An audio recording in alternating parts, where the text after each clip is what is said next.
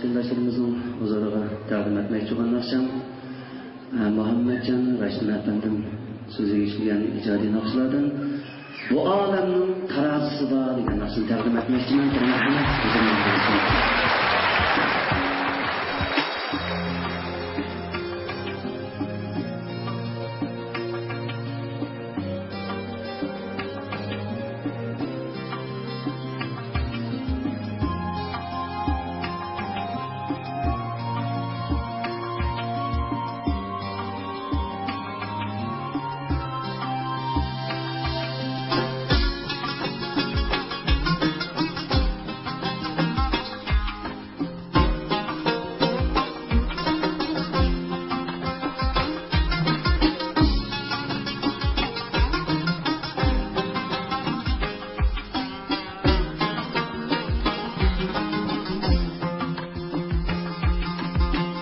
Ölçep durar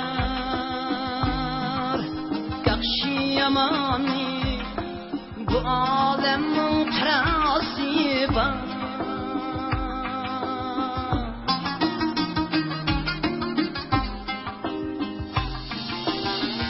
Ölçep durar yakşı yamanı bu alemin terası var. Demez la zamanı alemin terası var. Buğday demez la zamanı bu alemin terası var. Buğday demez la zamanı bu alemin terası var.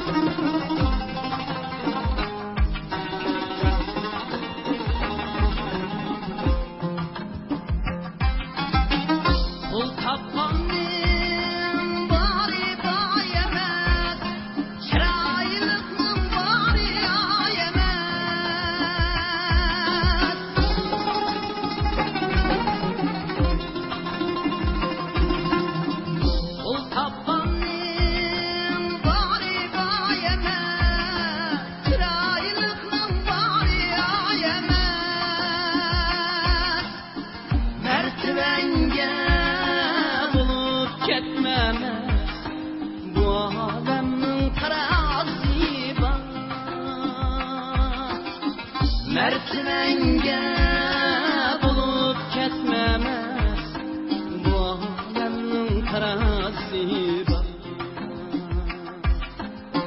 Mertmenge bulup ketmemez bu alemin terası var.